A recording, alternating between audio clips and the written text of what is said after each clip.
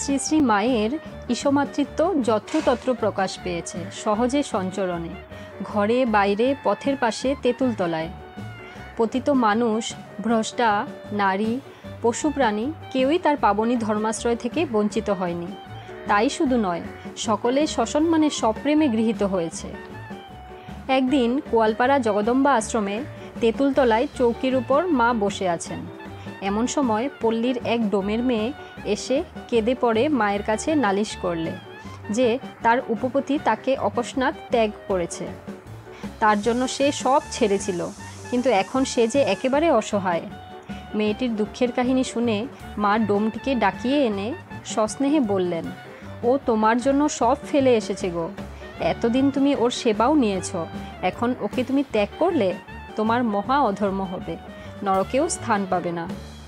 এক নিবিড় তিমিরাচ্ছন্ন গৃহে ধর্মের কি অভিনব অনির্বাণ সোনালী আলোটি জ্বালালেন মা। পতিতা ও ব্যভিচারিণীকে ধর্মচ্যুতি থেকে রক্ষা করলেন। শ্রী মায়ের কথায় লোকটির মন বিগলিত হলো, তার ধর্মলাভ হলো। মেয়েটিকে নিয়ে এসে ঘরে ফিরে গেল। নরক থেকে নির্মুক্ত হলো তারা। পতিতাকে এমন ধর্ম সম্মান কে কবে দিয়েছে? যে অধোগামিতায় গড়িয়ে এসে যেখানেই পড়ুক না কেন, সেখান থেকেই মা তাকে সস্নেহে সসম্মানে তুলে এনে তাকে দিয়েছেন এমন এক অনাস্বাদিত গৌরব, যা পাপীর ভাগ্যে যুগ যুগান্তে কদাচিৎ মিলে। আর সেই গৌরবের নবালোকে পাপীর জীবনে এক নূতন দিগন্ত উদ্ভাসিত হয়। এই হলো ধর্মস্য গুপ্তায় ঈশ্বরের মাতৃত্ব প্রকাশ। এই প্রকাশের করুণালহরী বৈষম্য বিচারে কুণ্ঠিত না হয়ে ছড়িয়ে পড়ে আছে সকল জীবের প্রয়োজন ভূমিতে। সকল জীবের প্রয়োজন বুঝতে পারার মেধা ও হৃদয় শুধু অসাধারণ ব্যক্তিত্বে সম্ভব। মা দেখতে ছিলেন সাধারণ নারীর মতো, কিন্তু তাতে প্রজ্ঞা ও প্রেমের এমন এক অত্যাশ্চর্য সমন্বয় সাধিত হয়েছিল যে সমদর্শন ও সমানুভবতা তার অতি সহজ অবস্থাতে পরিণত হয়েছিল। একদিন দুটো কাক কোত্থেকে দুপুরে এসে গাছের ডালে বসে কা কা রবে রাধুকে বিরক্ত করছিল। মা তখন রাধুকে নিয়ে কোয়ালপাড়া আশ্রমে ছিলেন। কাকের জন্য জগদীশ্বরের কখনো কি ভাবনা হয়, কিন্তু মায়ের হয়েছিল। একদিন মা বলছেন, সেই কাক দুটি কদিন এ সময়ে এসে ওই গাছে বসে চিৎকার করত। রাধুও বিরক্ত হতো, কিন্তু কই, আজ কদিন থেকে সেগুলিকে আর দেখতে পাইনি। মা ওই কথা বলতে না বলতে কাক দুটি এসে গাছে ডেকে উঠল। শ্রীমা হেসে হ্যাঁ বাবা বলে ওদের শুভাগমন ও শুভ সম্ভাষণ সমর্থন করলেন। কি করে বলবো, কাক দুটো মায়ের ভাষার মর্মার্থ বুঝতে পারেনি।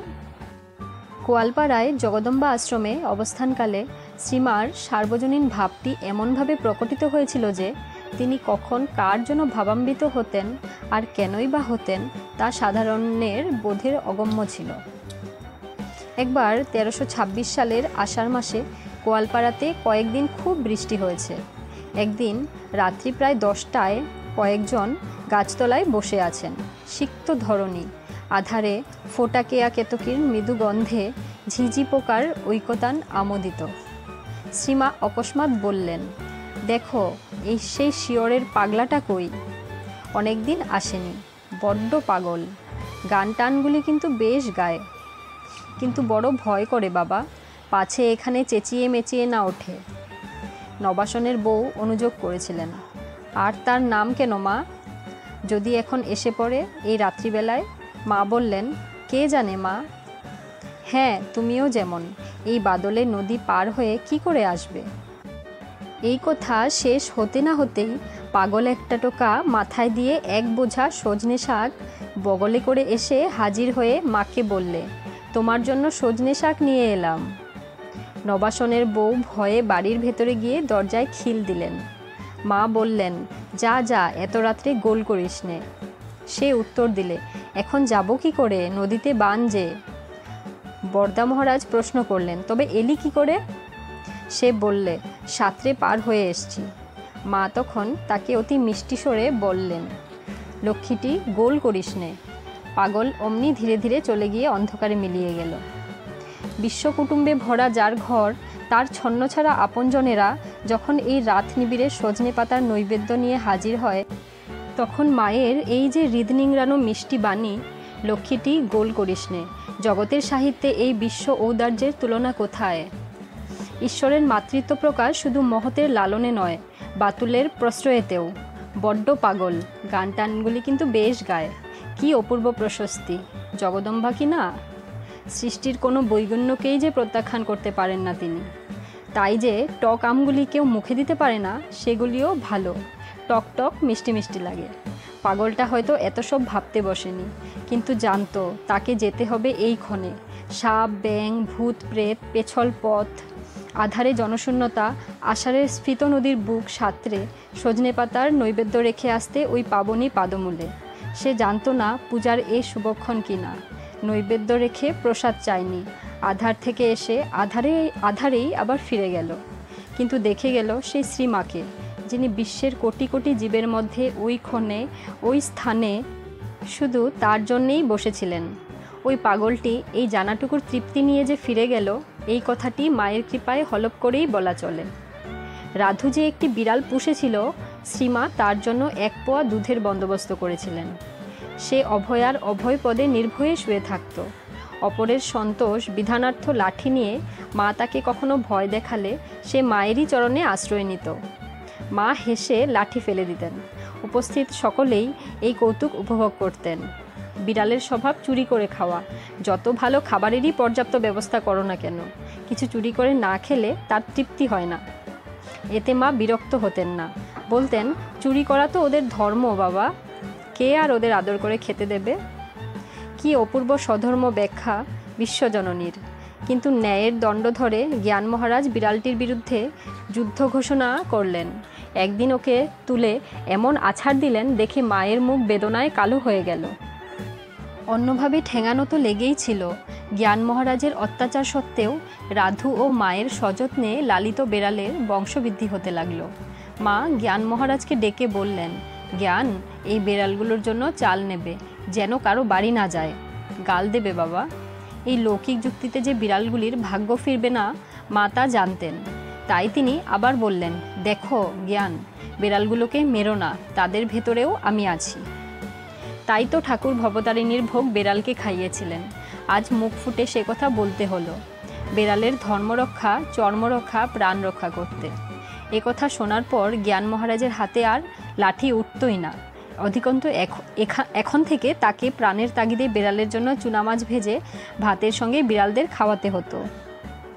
রাধুর বিড়াল মিনি একদিন উঠোনের ধারে শুয়েছিল। এক মহিলা ভক্ত তাকে পা দিয়ে আদর করছিলেন। ক্রমে তার পা যে বিড়ালের মাথায় গিয়ে উঠল।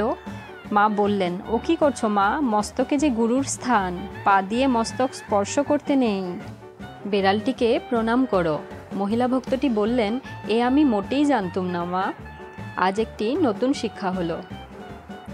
ধর্ম সংস্থাপন করতে এসে ভগবান কি করেন বলে বেড়ান, দেখো দেখো, এখানে ভগবান, ওখানে ভগবান, সব কিছুতে ভগবান, সর্বত্রই ভগবান। তুমিও তাই, সকলে তাই। এ চেতন চৈতন্যটি শ্রীমা সাধারণের দুয়ারে অতি সহজলভ্য করে দিয়েছিলেন। সকালের দিকে একদিন মা বারান্দায় বসেছিলেন।